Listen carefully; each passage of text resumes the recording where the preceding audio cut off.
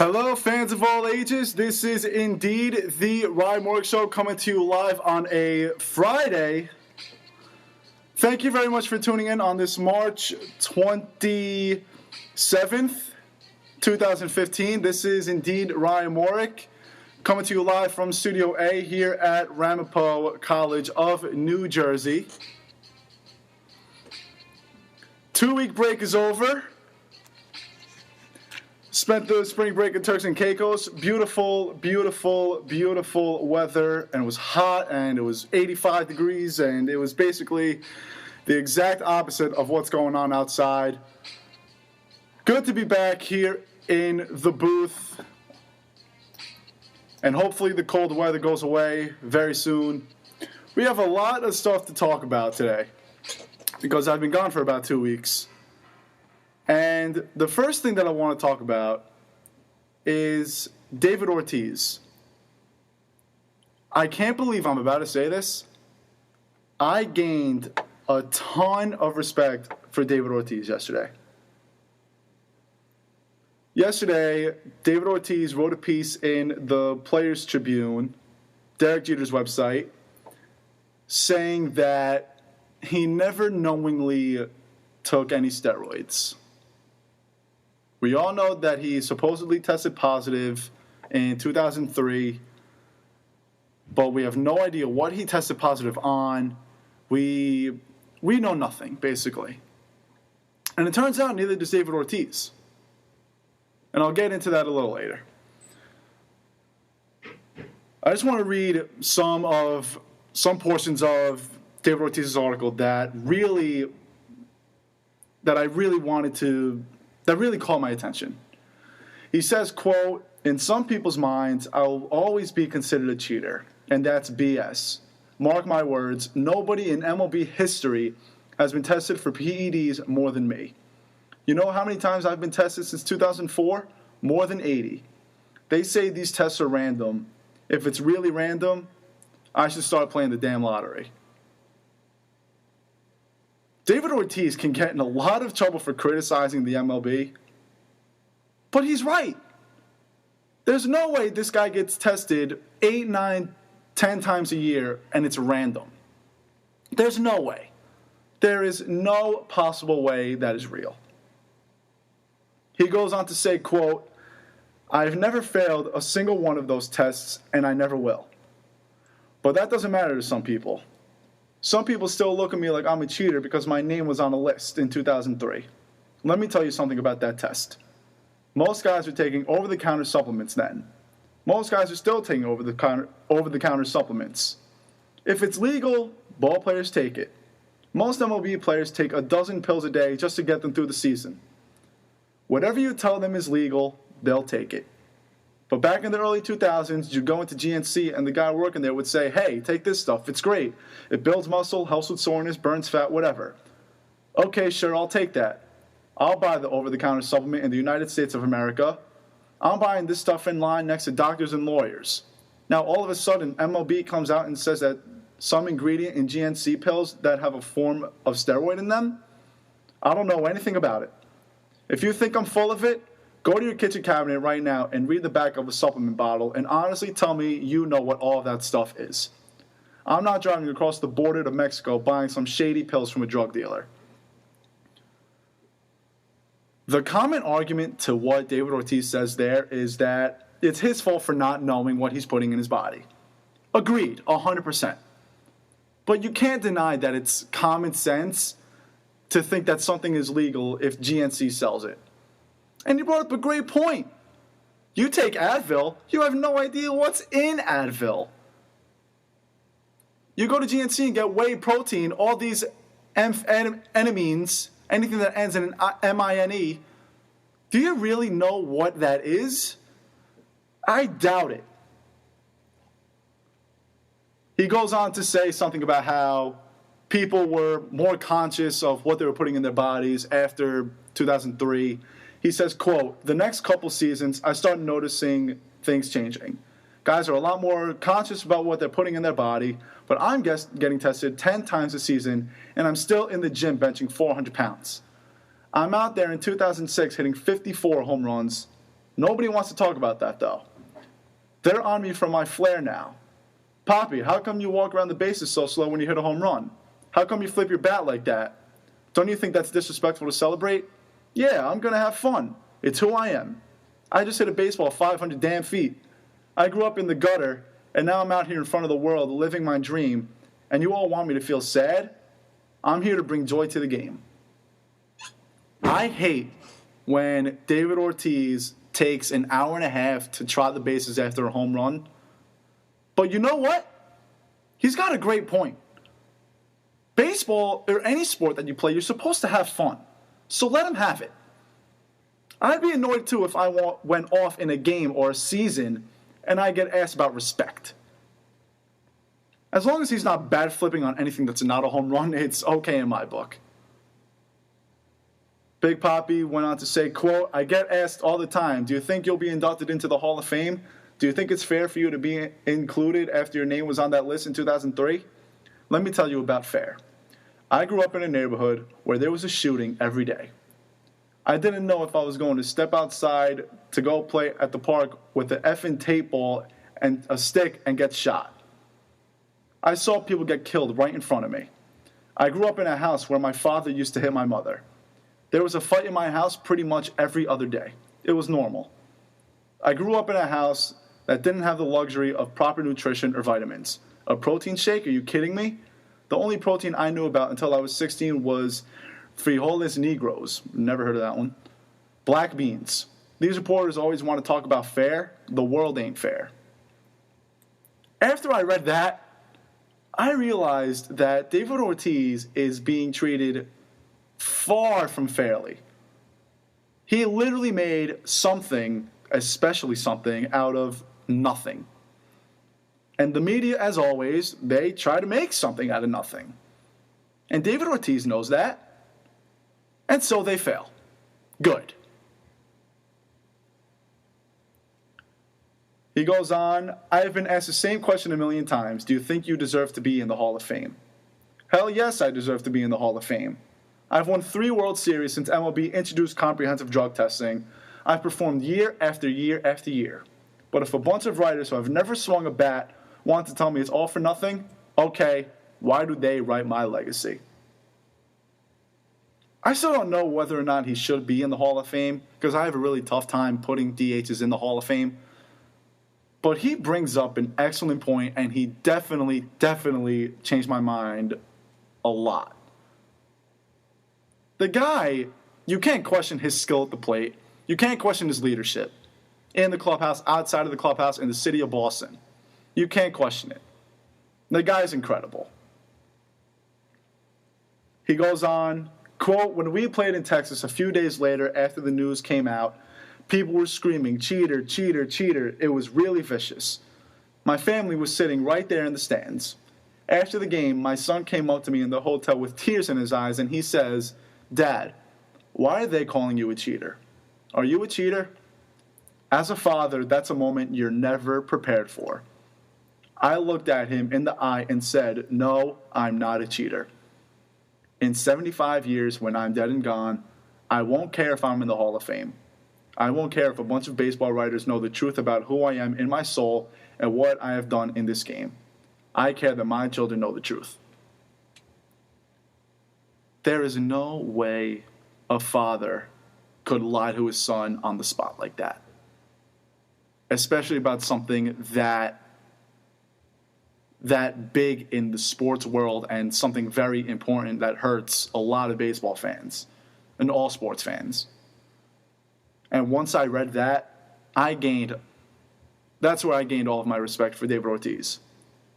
And one more thing that really got my attention. He says, say whatever you want about me, love me, hate me, but I'm no BSer. I never knowingly took any steroids. If I tested positive for anything, it was for something in pills I bought at the damn mall. If you think that ruins everything I've done in this game, there is nothing I can say to convince you different. David Ortiz would not go on Derek Jeter's website and say this if it weren't the truth. You don't have to believe him. But after reading that, I do. And I gained a ton of respect for David Ortiz after reading this article. He also goes on to say in the article that he doesn't even know what he tested positive for. And no one has told him, whether legally no one's supposed to tell him, or if it's not true, he doesn't even know. And everyone who tested positive in 2003, including Alex Rodriguez, they have no idea what they tested positive for. I don't even think Rob Manfred or Bud Selig even know about these tests. Well, they know about the tests. They know about the allegations of the tests, at least. When the news broke about 3-4 days after, I went to a Yankee game against the Red Sox, and it was a Yankee game where A-Rod, ironically, hit the walk-off in the bottom of the 15th inning, 0-0 the whole game, and David Ortiz got jeered. It was the worst I've ever seen an athlete get trashed, ever. And you know what? I was a part of that. I was a fan who was jeering David Ortiz like it was my job. I jeered him because I thought he deliberately took steroids. Now, assuming he told the truth in this article, I did not know the truth, and now I feel selfish. Honestly, if David Ortiz were somehow listening to this, I would want to apologize to him. Really. I really would. His family, his son, came up to him crying, asking if he cheated because of people like me who booed him practically out of the stadium. Somehow, if David Ortiz is listening, I apologize. I really do. Because as a person, I should have known the truth. And it was really hard to know the truth because the story had just broke. But if I ever had the chance to talk to him, I would say to him, I booed you 5 days after, basically what I just said. And I feel selfish now. Is David Ortiz a cheater? I guess you can't argue he's not because he did test positive. But again, it was common sense to take something over the counter. Again, he's at fault for not checking. He should have went up to the MLB and said, look, is anything on here illegal?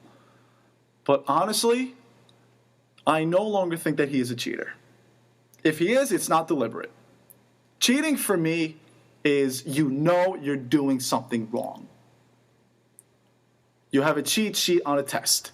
You're looking at the answers in the middle of a test. That's cheating. You slash tires before a race or something. That's cheating. Whatever. If you know you're doing something wrong, that's cheating. And I don't think David Ortiz did anything wrong. And he knowingly didn't do anything wrong. Now, some people, when this article came out, some people are really, I don't know what's wrong with them. I saw a ton of tweets that said, there's that key word, knowingly, he's a cheater, blah, blah, blah. Do you know what the word knowingly means? Some people said that he lied because he said the word knowingly. Did you not read the article? This guy wrote a huge article on Derek Jeter's website. Derek Jeter, of all people. Derek Jeter has the most respect for baseball, arguably ever. So you better think twice if you think he wouldn't let David Ortiz write that piece. There's no way. There's Derek Jeter's website here. I don't get it. I don't get how some people look at one word that they barely even know the meaning of and they jump to conclusions right away. And speaking of jumping into conclusions, here's what bothers me a lot. And mostly about Red Sox fans. What bothers me is that I was scrolling through some responses. Yeah, I was scrolling through some responses on Twitter to the link of the article, and someone brought up Alex Rodriguez, a Red Sox fan. He brought up Alex Rodriguez, and I tweeted to him. I was like, "What does Alex have anything to do with this? Why are you bringing him up?" He said, because Yankee fans shouldn't say anything because they have Alex Rodriguez on their team. Just because Alex Rodriguez took steroids and a lot more doesn't mean we don't have the right to say that someone else did. What kind of garbage is that? Alex Rodriguez is not the only person in the world who took steroids. Red Sox fans are so hypocritical. They trash Yankee fans for rooting for A-Rod. Do they know who was on their team? They had Manny Ramirez. The guy got suspended twice. Once for 50 games and another time for 100 games. So don't trash us Yankee fans because we have a steroid user on our team. Yeah, A-Rod is a disgrace to the game. But you know what? I'm going to cheer for him. I sound like a broken record, but sorry, I'm going to cheer for Alex Rodriguez. Every single team has a steroid user. We just don't know who. I can guarantee you there is at least one person on every Major League Baseball team that either A, took steroids, B, still takes steroids. Probably the same in the NFL, probably the same in the NBA, and probably the same in the NHL. So don't accuse us because we root for a steroid user when everyone else does the same. I told the guy I was going to cheer for Alex Rodriguez, and he said, you can cheer for him if he's helping your team. He's not. A-Rod is not helping the team. He's batting over 300 in the spring. The guy hasn't played in a year and a half. People thought this guy was going to bat 150 in the spring. After today, he's batting over 300. And he has a great presence at the plate. His eyesight at the plate is still there. He lays off of the bad 0-2 splitters down to the corner. He knows what he's doing. So know your facts before you say that Alex Rodriguez is not helping out the team. And then the guy went on to say that, quote, I'm literally quoting his tweet right now, to me. When Tanaka and CeCe get hurt and the Yanks struggle and A-Royd, good one, is old and weak, we'll see how much you support the team. So I'm supposed to not support my favorite team if the team gets hurt or if they play poorly? I said that to him, and he says, quote, your tune will change once they are struggling. Are you in junior high? And then he proceeded to block me on Twitter. I'm a New York Giant fan. I'm a New Jersey Devil fan. I'm a Michigan Wolverines football fan. Those three teams are awful. The Yankees, I'm a die-hard Yankee fan. They haven't made the postseason in 2 years. And this year, it might be a third. I will never turn my back on any team that I root for or any of their players. Ever. If a player does badly, I will not boo them. Sure, I'll be upset that they're not playing well. I'll be a little mad that they're not playing well. But I will never, ever boo my team or boo any player on my team. I'm going to opening day, and I'm going to be wearing my Forgive shirt. The Forgive, where the I is the 1 and the E is the 3. And I'm going to be giving him a standing ovation at opening day. And if he's batting 190 in June, you know what? I'm still going to be cheering every time he comes up to the plate. You are not a fan of the team or the player if you boo him or the team. I will always stick up for my guys. So don't you dare tell me how to root for my team. Don't tell me how I will root for my team. Don't tell me about the future. I will never turn my back on anyone on my team or anyone on any team whatever. You're not a fan if you boo the team or anyone on it. So don't you dare tell me what I'm going to do, because I know what I'm going to do. In the 2012 playoffs, when Alex Rodriguez was flirting with girls in the dugout, and Nick Swisher and Curtis Granderson and A-Rod and the Yankees couldn't hit, I didn't boo anyone. If they struck out, I said, okay, hopefully they'll get a hit next time. Was I mad that they weren't contributing? Absolutely. Did I boo them? No, never. And I think it's ridiculous that some people do. The Jet fans that boo Geno Smith or booed Mark Sanchez, that's ridiculous.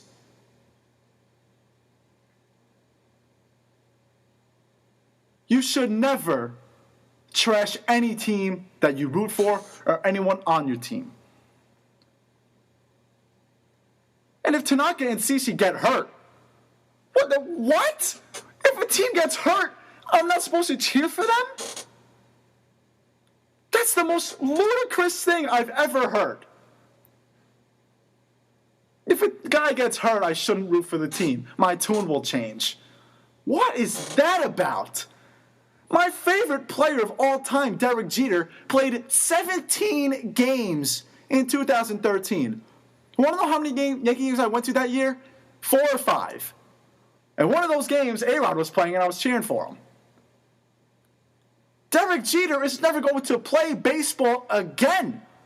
My role model. I went to the guy's last game at Yankee Stadium and I was crying my eyes out. And now that he's gone, I'm not supposed to root for the Yankees anymore? Don't tell me how I'm going to root for a team. Because I'm going to cheer for my team. Because they're my team.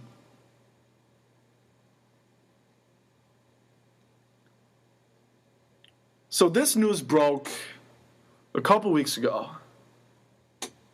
And I obviously haven't gotten a chance to talk about it because I've been away on spring break and whatever. Chris Borland retired at the age of 24. Chris Borland, former linebacker for the San Francisco 49ers, what he did was very, very, very brave. He realized that life is more important than money, and that takes a lot of willpower. He's 24 years old. He's basically the only reason why the 49ers were somewhat in the hunt later on in the season. He was practically the future after Patrick Willis retired, and now he's done. Jeff Schwartz, the center on the Giants, said it the best. If you're not 100% committed to football, don't play. Chris Borland was not 100% committed. And you know what? That's 100% okay. Harry Carson and a lot of football players, they've been on the record numerous times saying that if they knew about what they would be like today, 25 years ago, 30 years ago when they played, they wouldn't do it. I would rather live until I'm 90 with an okay salary than live until I'm 50, rich, but with depression for 25 years. Chris Borland is a hitter. He's a big linebacker. Big. He's the type of player that's most prone to injury, especially head injury. Now this brings you to the argument, are you going to let your kids play football? And you know what? I'm going to have a really tough time letting my kids play. I'm not going to sign them up willingly. But if they really want to play, why am I going to stop my kid from pursuing their dreams? No matter what it is. Football, baseball, softball. If my son wants to do ballet, if they want to do something, I'm going to sign them up. But they will play any sport, especially football, the right way. They're not going to play dirty. They're not going to lead with their head. No, absolutely not, because that's how people get hurt. If a coach teaches them the wrong way of anything, they're done, possibly with that sport, especially in football, and they're definitely done with that coach. The game is getting safer every year, but it'll always be dangerous. Maybe I'll just make my kids punters. I mean, look at Steve Weatherford. The guy is shredded. He has a million fans. He's hysterical. He's awesome. He's a great guy. Even as a punter, the guy's a true athlete. But I don't get how some people can just say, I want my kids to play football. Even the guys who are football lifers, guys who love the game of football, I know a lot of people like that. My parents never signed me up for football. And football is my father's favorite sport. And you know what? I'm glad they didn't. I asked over and over and over again, can I please play football? And it was a no every time. But you know what? I never played football in high school, in a league. I always played for fun with my friends. And you know what? I still love the sport. I love the sport no matter what. You don't have to play a sport in order to love it. The only two sports that I played in high school for my high school team were baseball and I threw shot put. Didn't play football, love it. Didn't play hockey, love it. Didn't play basketball, love it. Didn't play golf, at least in high school, but that was because it was in the middle of the baseball season. But golf is the greatest sport ever. There are a lot of sports that I don't play. But there are a lot of sports that I like. And you know what? I think Chris Borland definitely still loves the game of football, but he loves life more, as we all should. Life is a very precious thing, and we only get one of them. And Chris Borland was very, very wise, and he was very smart, and he was very brave. That takes a lot, because this guy was going to make millions. This guy had the potential to be one of the top linebackers in the league. He was really good. And he didn't want to take the risk. Good for Chris Borland for looking 20, 30 years into the future. Because honestly, 20, 30 years into the future, if he continued playing football, he might not even be on this earth anymore. Because a ton of football players, they've committed suicide because of all these head injuries. It messes with their brains so much. And I give Chris Borland a lot of credit. It's not because he was scared. He just wanted to live a normal life. And you know what? Maybe this guy wouldn't have gotten hurt. Maybe this guy would have had 0 concussions. But you know what? You can't take that risk.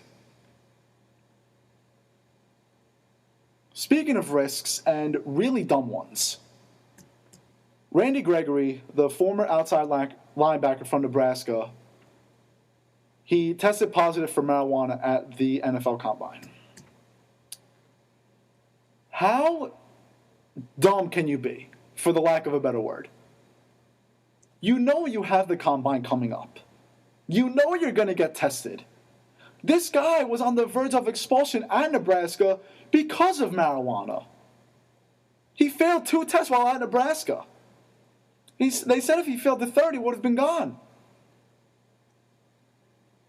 He wrote a really good apology letter, basically saying that the blame was all on him. I mean, no one forced the blunt down his throat. But I just hope that he realizes that football is more important than a joint. Is it really worth it to take one hit? This isn't an addiction like Josh Hamilton or anything like that. This guy doesn't have a problem. He doesn't have to go to rehab or anything like that. He did it for his own enjoyment. Look at Josh Gordon. The guy's played in like 2 games in 2 years, and he's going to be suspended again because of 1 hit of marijuana. It's not worth it. It's not worth it. He said in his apology letter, quote, "I was worse at Nebraska than I've ever been at any time of my life. But I know how I am now. I think if teams really look at how I am now more so than the past, they'll see I'm making strides to get better as a person and as a player. If I'm an owner or a GM or a coach, and I want this guy on my team, I'm having him say that right to my face, looking at me dead in the eyes. This positive test is probably hurting his draft stock. But you know what? If I want to draft this guy, if he says that exact sentence to me with his eyes locked in mine, his draft stock is not changing for me. This guy's a potential top 10 pick. And he's one of the best O-line outside linebackers, if not the best, in the draft. Giants, be on the lookout. It's like Greg Hardy when he signed with Dallas. The Cowboys know what they're getting. They know the consequences, all that. They know what Greg Hardy did. They don't stand for domestic violence, I would hope. But Greg Hardy can play. And if he does something wrong again, then Dallas will just cut him. They'll fine him, suspend him, whatever. And you know what? This is the same thing for Randy Gregory. If the guy can't stay clean, no one is going to pay any consequences except him. While reading his apology letter, it seemed to me like he realized this was his wake-up call. And you know what? This is the perfect time to get one. Because right now for Josh Gordon, the guy didn't get a wake-up call. He should have. But the guy was still rolling up and smoking marijuana. Why? I have no idea. The guy knows the rules. The guy's been suspended before. See, Josh Gordon is some guy I wouldn't want on my team. Sure, the guy can play. But this guy, he doesn't get it. If he doesn't get the rules about a drug, he doesn't get the rules in a football clubhouse. But you know what? Randy Gregory's a different story. Josh Gordon's a vet. Randy Gregory hasn't played it down in the NFL yet. And I think now he knows that he needs to wake up. What he did was still dumb. But he said the last thing he wants to do is fail another test and be out of the league. And if this isn't his wake-up call, he'd be out of the league before he was even in it.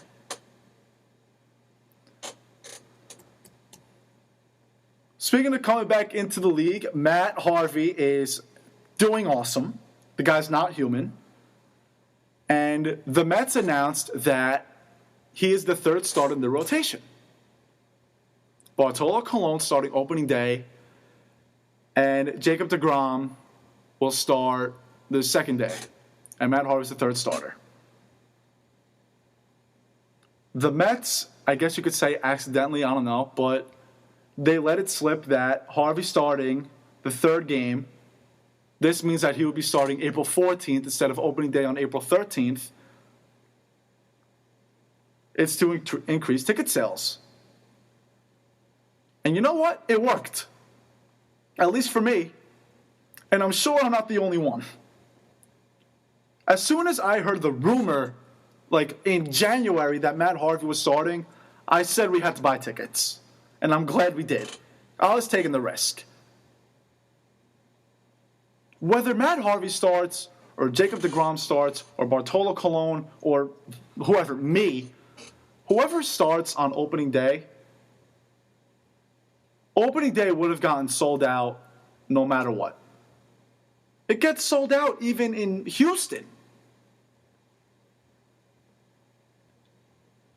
Harvey is still their ace no matter what day he starts. He's their best pitcher easily.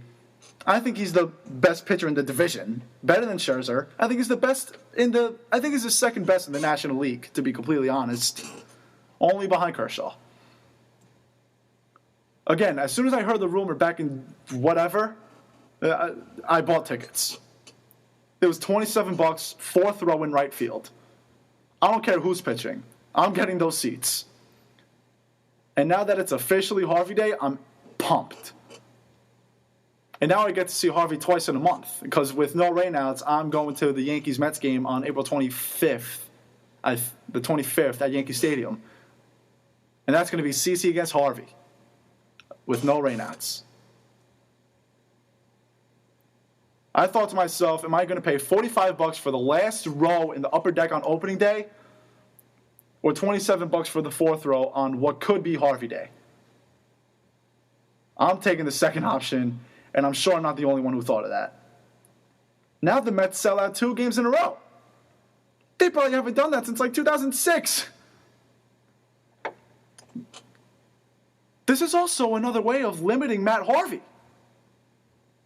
They want to limit Harvey as much as possible. And the later he starts, the better. It's a 3-day difference, but that makes a big difference.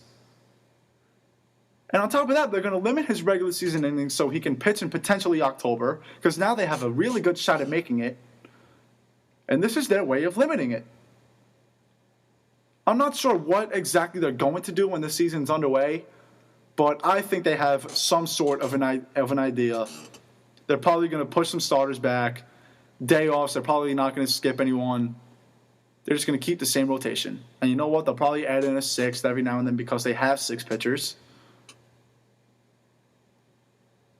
But this is obviously for ticket sales, and we all knew it. Before Sandy Alderson didn't have to say anything.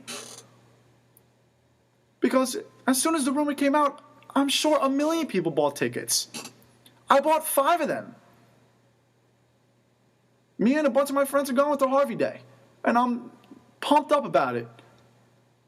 I'm calling it now. Matt Harvey's going to throw a perfect game that day. They're playing the Phillies. And Matt Harvey's one of the best pitchers I've ever seen. This is a great move for the Mets because opening day was selling out anyway, and now they can sell out a lot more. And now you have DeGrom and Harvey back-to-back. DeGrom is going to draw attention, and you know Harvey's going to draw attention. So this is a great, great move for the New York Mets.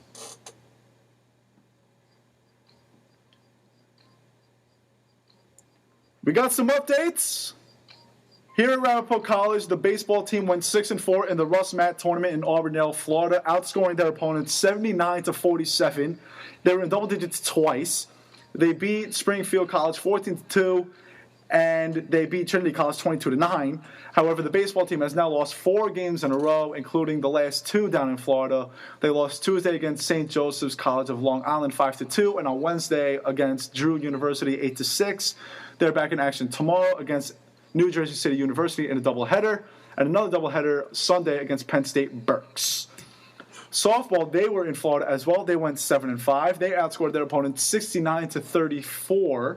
They are back in action in Stockton tomorrow for a doubleheader.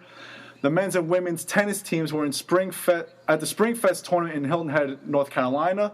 The men's team went 3-0, while the women went 2-1. The men are back in action on April 1st, and the women are not back in action until April 15th. Women's lacrosse traveled to Tennessee during spring break. They beat Transylvania 16-9. They were back in action the next day to play Sewanee University of the South. They lost 19-12. They will be back in action. They were back in action today against Manhattanville College at 4 o'clock. Men's volleyball. They took the spring break off, but they had 12 sets over the weekend in 4 games, and they won all 12 sets. They went to 5-13 overall and 10-2 in the conference. They beat Sarah Lawrence College and NJCU on Saturday. They beat Purchase and Sage Colleges on Sunday. They played number 5 ranked Kane on Wednesday. They lost the straight sets, but they kept it close. They'll be back in action here at the Bradley Center tomorrow at 4 o'clock. The track team was at the 49ers Classic in Charlotte, North Carolina. Jeremy Hernandez ran the 1,500 meter in a 3-minute, 53-second time frame. He won the race and he qualified for the ECAC championships later on in the year.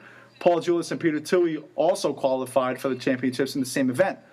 In the pole vault, Calvin Harmon placed 6th overall. He qualified for the ECAC championships. And Christina Cristea kicked off the season for Ramapo College as she ran a PR of 15.37 seconds in the 100-meter hurdles. She qualified for the championships as well. After winning a national championship last year, Alexis Apizzato opened the 2015 season with a first-place ribbon in the javelin. Both the men and women track teams will be back in action April 3rd when they host a Roadrunner Invitational on the fields across the street. Professional sports, Tanaka time on Wednesday against the Mets. Tanaka, not human again. The guy 4 2/3 innings pitched, 4 hits, 3 runs, 2 of them earned, 7 strikeouts. The Yankees announced Tanaka will start on opening day against the Toronto Blue Jays.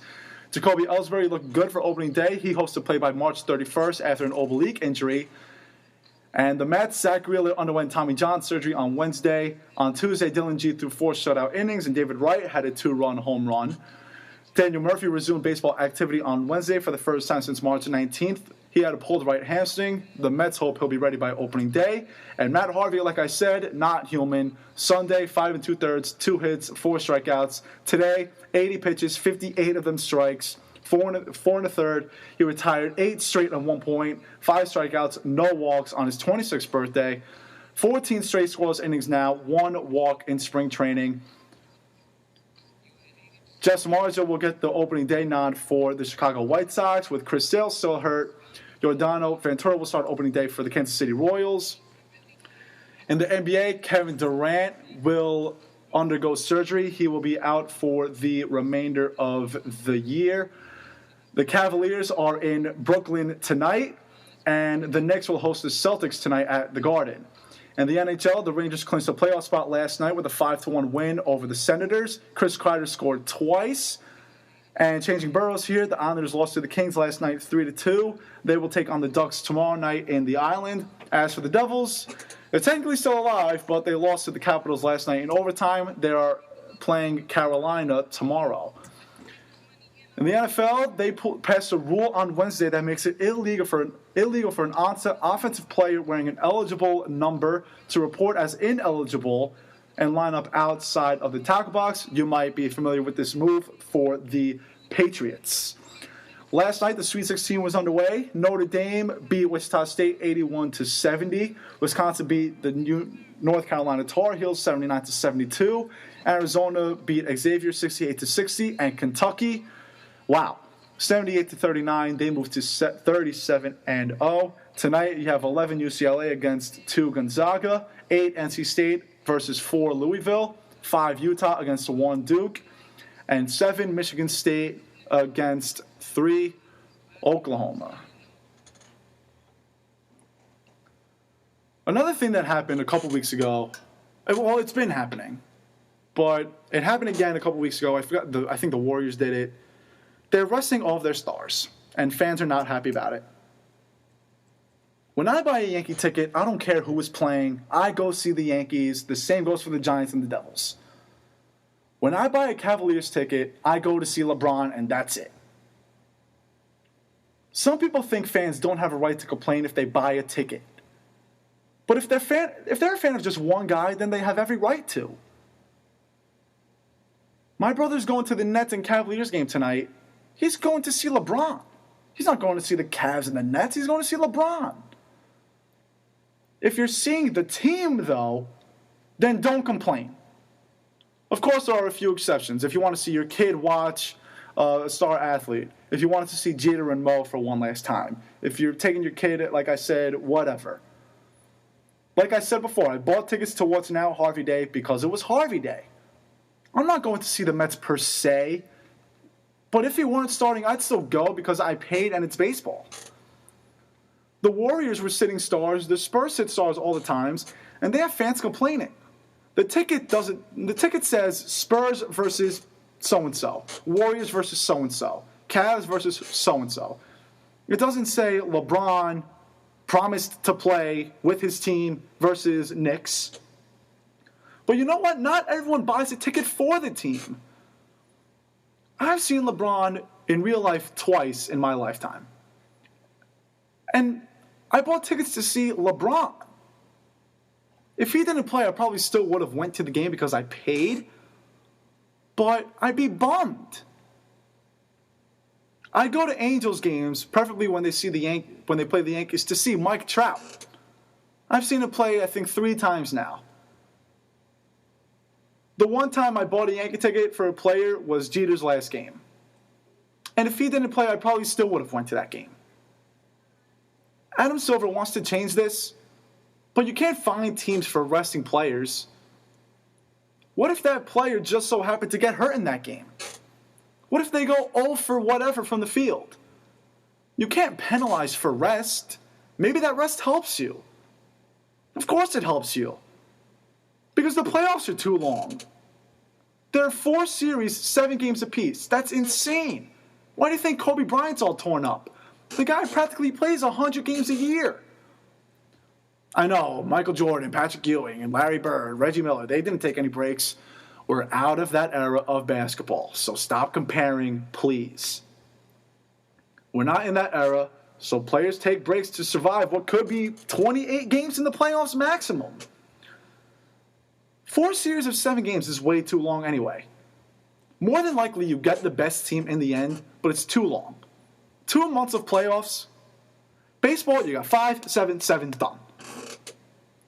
And on top of that, series matter more earlier when you shorten them. I'm not sure if Adam Silver is going to do anything, but whether he does or not, just remember the risks you take when you do buy a ticket. And these risks stretch far more than seeing a player. Remember, you got to drive to the game. Who knows what can happen on the road? You can lose your ticket. Who knows? But remember the risks. My cousin, when they were out in San Fran, they went to a Warriors game because my cousin's favorite player is Steph Curry. I'm sure if Steph Curry didn't play, he would have been distraught. But he would have every right to be distraught. Because he didn't go to see the Warriors. He went to see Steph Curry because he's out in California. It was his only time in California. The kid's 11 years old. If you're a fan of the team, I don't think you have a right to complain. I've been to Yankee games where Derek Jeter didn't play. I've been to Giant games where whoever didn't play. I actually haven't been to a Giant game in like 4 years. But I've been to Devil games where Marty Brodeur didn't play, where Elias didn't play. So if you're a fan of the team, you shouldn't complain. If you like a player and they don't play, then you have every right to complain. Because that's just unlucky and that just stinks. But Adam Silver shouldn't change a thing. He shouldn't fine coaches for doing that because it's rest. You need rest. Staying in the NBA because the MVP race is heating up. My top 3 for MVP, Russell Westbrook, LeBron James, James Harden. And Russell Westbrook is number 1 easily. He's the sole reason why this team still has a playoff spot. And now that Kevin Durant's out for the year and Ibaka has barely played, who's the next best guy on the team? Deion Waiters? What? I don't even know. Russell Westbrook has been incredible. Leads the team in scoring, 8.7 assists per game, 7.1 rebounds per game. He practically averages a triple-double, and we all know he's had a lot of those. He's had 9, and it was 10 until the NBA took a rebound away. And his 9 triple-doubles have been unbelievable. His triple-double average, 31.7, 12.8, 11.9. He doesn't have any 10, 10, and 10s, 11, 12, 10s. It's unreal.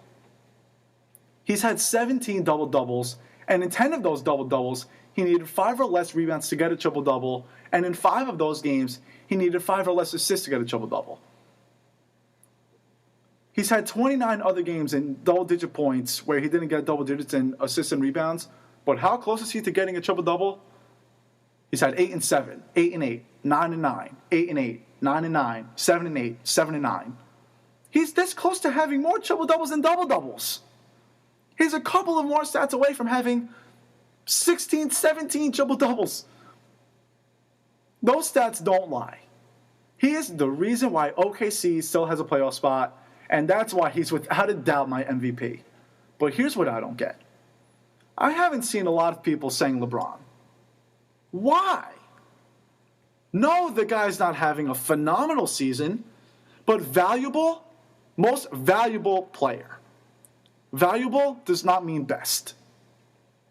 LeBron spent 4 years in Miami, and all 4 years the Cavs missed the playoffs by a lot. Every year except his rookie year, LeBron was with Cleveland, they were 500. The Cavs last year with LeBron, 66-16. The first year without LeBron, 19-63. Then 21-45 with the lockout. Then 24-58. Then 33-49. This year, they're 47-26. And they're one of, if not the best team in the league. Yes, they have Kevin Love. They made good trades for JR and Iman and Mozgov. Without those guys and just LeBron, the Cavs are still a top team in the East. You disagree? Give me the next best guy during LeBron's first stint with the Cavs. Carlos Boozer, his rookie year. Ilgauskas, Drew Gooden, Verjao, Ben Wallace for 2 years. Dante West, a 30-something-year-old Shaq for like 10 games. That's why the Cavs would still be a top team without Love, without JR, without Kyrie, without all those guys. LeBron took a bad team to the playoffs and to the finals. I think the Cavs are a 6 and 8 seed without LeBron this year, and that's why Westbrook has the edge, because OKC is nothing without Westbrook. Cleveland is still something without LeBron. And Harden barely has the edge over Steph Curry. I think the Rockets are a worse team without Harden than the Warriors are without Steph. And again, some people think MVP is the best player. Wrong. Value does not mean best. Value is what you bring to the table. Simple. So Henrik Lundqvist is going to return soon. But Cam Talbot has been unbelievable. Some people have been saying that you should leave Cam Talbot in. You have to put Lundqvist in there. It's Henrik Lundqvist. If it wasn't an elite goalie like Henrik, I'd say leave in Talbot. But this is Henrik. The New York Rangers, I think they are the best team in the NHL. And that's with Cam Talbot. Who knows what the Rangers would have done with Lundqvist? And they usually say, if it ain't broke, don't fix it. But what's broken with Henrik? The Devil fan in me got me thinking about Adam Henrique. Now, if Lundqvist does struggle, you know you can put in Talbot and still have a solid shot at winning now. Which is a really good thing. But you have to start Lundqvist when he gets back. I'll tell you what, Cam Talbot's probably the most upset. He just signed a contract this year to be Henrik's backup. If he didn't sign that contract, he could have gotten a solid deal in a lot of places. He's been unbelievable. A lot of people expected the Rangers to be 500 with Talbot in net. If they were 500, they would be out of the playoffs. They would have had 82 points. And honestly, I can't wait for Lundqvist to get back. Even as a Devil fan, it's awesome to watch the Rangers. They're a young, exciting team to watch. They're awesome. Call me crazy and call me not a Devil fan, but last year I rooted for them. If they make it that far to the Stanley Cup Finals, I'm going to be rooting for them again. I know I love the Devils. And some of you are probably like, what is this guy thinking? But the Rangers are an original six team that hasn't won a Stanley Cup since 1994. Before that, it was 1940.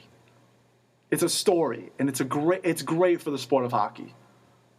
Oh, but why didn't you root for the Red Sox when they came back against the Yankees from a 3-0 deficit in the ALCS? Because baseball is 20,000 times more popular than hockey. Sure, what the Red Sox did was great for the sport of baseball. But you know what? Nothing great needs to happen to baseball. Something great needs to happen for hockey. That's why I'll be rooting for the Rangers if they make it that far. I'm a Devil fan, but I'm also a hockey fan. And right now, they're my favorites to win it all. Ladies and gentlemen, it's still March. Sweet 16's on tonight. You know what that means. We got March. March Madness is on. It's time for the March Madness fact of the day. This year is the first time since 1998 that Duke, North Carolina, Kentucky, and UCLA, were all in the Sweet 16 together. Now, how many of you had that one? I had everyone but UCLA. And my bracket, I don't know about you guys, my bracket's looking okay. I don't know.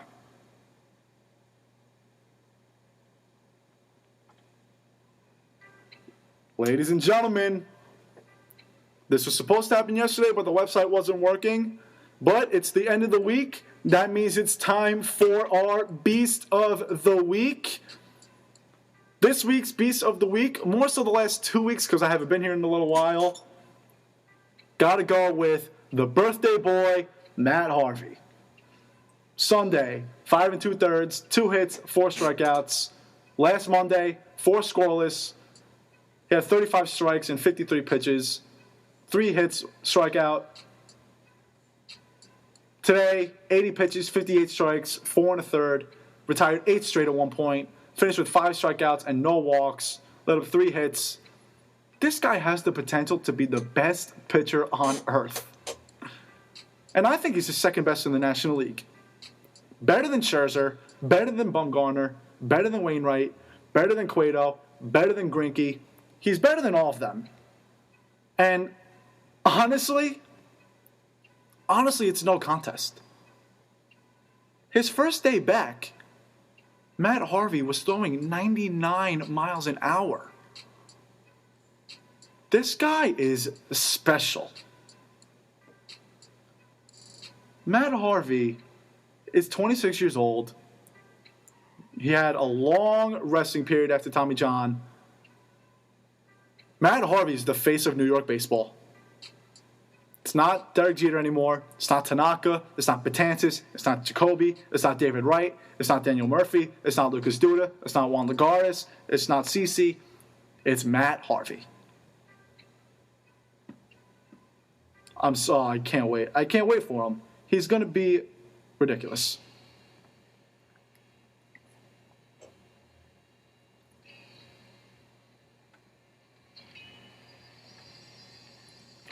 Ladies and gentlemen, that's it for this version of the Ryan Morik Show. Ladies and gentlemen, thank you very much for tuning in. I know, Friday, different, weird, I guess you can say. Thanks for tuning in on such short notice. Ladies and gentlemen, enjoy the weekend.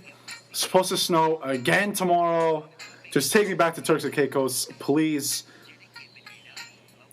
Ladies and gentlemen, it's not goodbye. It's see you later. I will see you all Monday at 6 o'clock.